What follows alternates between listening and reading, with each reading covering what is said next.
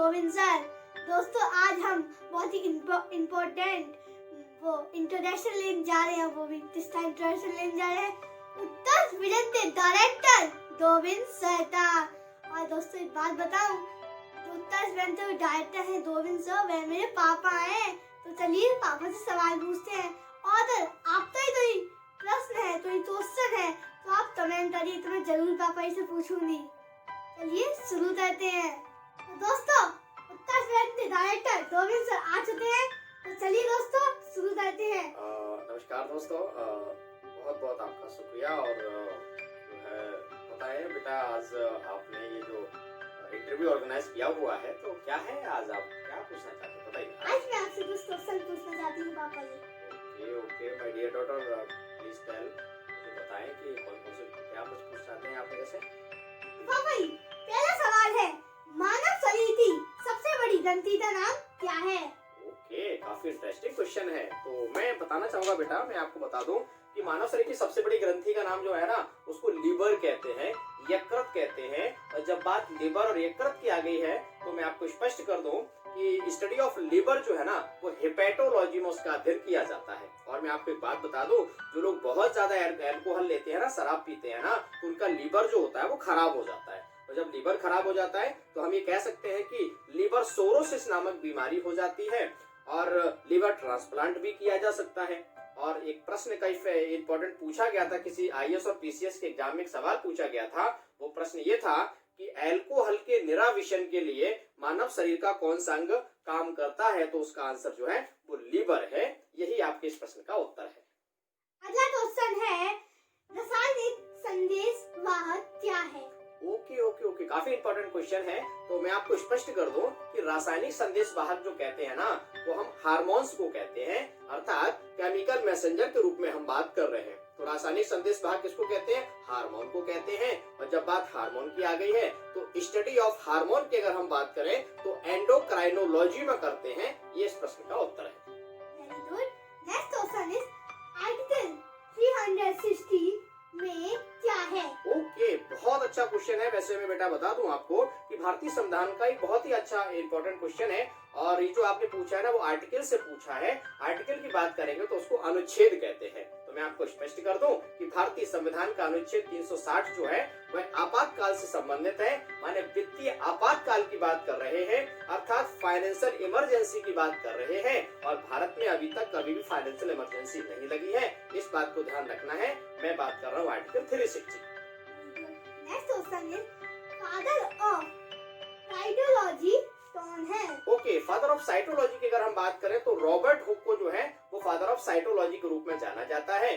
बात अगर Robert Hooke की करें, इनकी किताब का नाम है माइक्रोग्राफिया, और जो है कोशिका विज्ञान के जनक के रूप में इनको जाना जाता है। यही बात इस प्रश्न का उत्तर है। अगला क्वेश्चन है, 24 अप्रैल को क्या मनाया जाता है? Okay okay okay, very important question, very important question. एक बात तो मानना पड़ेगा, तुम्हारे क्वेश्चन में इतनी ज्यादा गहराई है कि मेरे को तो लग रहा है कि मुझे पानी वानी पीना पड़ेगा। मेरा तो जो मुंह है ना, वो सूखा ही जा रहा है। ये पता नहीं, ये लड़की हमारी हाथ हो गई रिया, तुम ये क्वेश्चंस बड़े जने कहाँ से ढूंढ के लाई हो। दोस्तों मुझे पानी पीना पड़ेगा, उसके बाद ही मैं आंसर दे पाऊंगा। आपका प्रश्न क्या है? मैं तो कंफ्यूज हो गया, दोबारा से पूछो।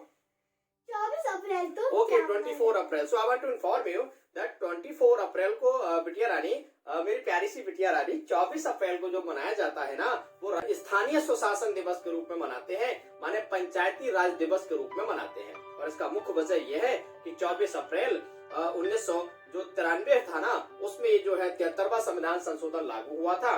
इस वजह से ये स्थानीय स्वशासन दिवस के रूप में मनाते हैं। और बात हो रही है पंचायतों की, तो एक अतिरिक्त जानकारी दे दूं कि इसमें जो है 11वीं अनुसूची में जो है पंचायती राज व्यवस्था की बात करी गई है, जिसमें कि 11वीं अनुसूची में पंचायतों के 29 विषय परिभाषित किए गए हैं। और पता है रिया, मैं आपकी एक बात और बता दूं, अभी हाल ही में 25 दिसंबर को जो है ना, वो पंचायतों की जो कार्यकाल है वो समाप्त हो चुके हैं। माने हाल ही में जो है, अभी फरवरी या मार्च में 2021 की बात कर रहा हूँ, तो उसमें नए सिरे से पंचायतों के चुनाव होंगे और 5 साल के लिए पंचायतों का गठन होगा। नेक्स्ट क्वेश्चन इज, इस समय कितने मूलाधिकार हैं? ओके, इस समय कितने मूलाधिकार हैं?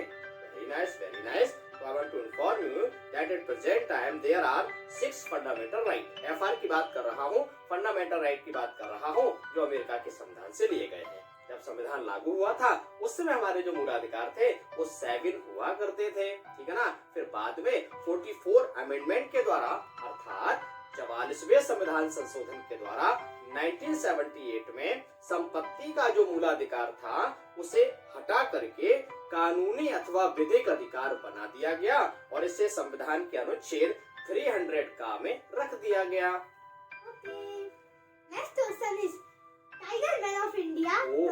Very nice, very deep question is asking Riya Verma. So आज तो भाई मानना पड़ेगा ये क्वेश्चन पता नहीं क्या है, इसने कौन सी बुक पढ़ ली, कौन सी मैगजीन पढ़ ली, I am unable to understand, but anyway answer तो देना ही पड़ेगा। अब इंटरव्यू वाली जो बात है तो मैं आपको बता दूं कि टाइगर मैन ऑफ इंडिया के रूप में कैलाश सांखला को जाना जाता है। बात कैलाश सांखला जी की कर रहे हैं तो मैं आपको बता दूं प्रोजेक्ट टाइगर अर्थात टाइगर की संख्या को संरक्षित करने के लिए 1973 में प्रोजेक्ट टाइगर चलाया गया था। किसके नेतृत्व में चलाया गया था? वो कैलाश सांखला जी के नेतृत्व में चलाया गया था, इसलिए हम उनको टाइगर मैन ऑफ इंडिया के रूप में जानते हैं। और मैं आपको स्पष्ट कर दूं, ये जो प्रोजेक्ट चलाया गया था वो 1973 में कार्बेट नेशनल पार्क जो नैनीताल उत्तराखंड में है वहां से इस प्रोजेक्ट को चलाया गया था। यही जानकारी इसकी है। Next question is भारत का विरासत पशु कौन है? ओके, भारत का विरासत पशु, बहुत अच्छा क्वेश्चन है आपका रिया बेटा। और मैं आपको बता दूं कि भारत का जो विरासत पशु है वो हाथी को कहा जाता है, एलिफेंट को कहा जाता है। और एक प्रोजेक्ट एलिफेंट जो है हाथियों के संरक्षण के लिए जो चलाया गया था वो 1992 में चलाया गया था।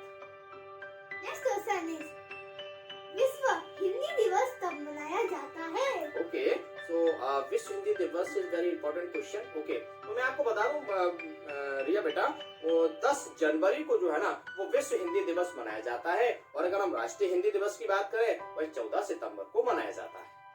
Next question is international student day कब मनाया जाता है? Okay, international student day it means अंतर्राष्ट्रीय विद्यार्थी दिवस। तो मैं आपको बता दूं 15 अक्टूबर को जो है अंतर्राष्ट्रीय विद्यार्थी दिवस मनाया जाता है। और मैं आपको बता दूं बहुत इंपॉर्टेंट क्वेश्चन है कि 15 अक्टूबर 1931 को 15 अक्टूबर 1931 को भारत के जो पूर्व राष्ट्रपति रहे थे एपीजे अब्दुल कलाम जी की मैं बात कर रहा हूँ, उनका बर्थडे सेलिब्रेट होता है। और 2010 में यूएनओ के द्वारा, यूनाइटेड नेशंस ऑर्गेनाइजेशंस के द्वारा जो है उनका ये जो बर्थडे है उसको अंतर्राष्ट्रीय विद्यार्थी दिवस के मनाए जाने के रूप में निर्णय किया गया। और बात आ गई है एपीजे अब्दुल कलाम जी की, तो बहुत इंपॉर्टेंट बात ये देखने को मिलती है कि पहले गैर राजनीतिक राष्ट्रपति के रूप में एपीजे अब्दुल कलाम जी को जाना जाता है। बात एपीजे अब्दुल कलाम जी की कर रहे हैं तो सबसे बड़ी बात मिसाइल मैन ऑफ इंडिया के रूप में एपीजे अब्दुल कलाम जी को जाना जाता है। और यहाँ सबसे बड़ी बात पता है क्या?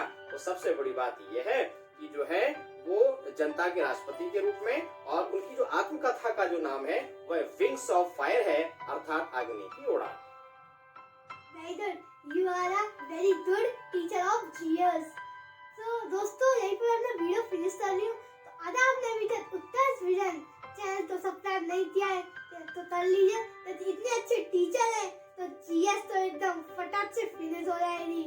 तो मिलते हैं अगले वीडियो में, तब तक के लिए जय हिंद।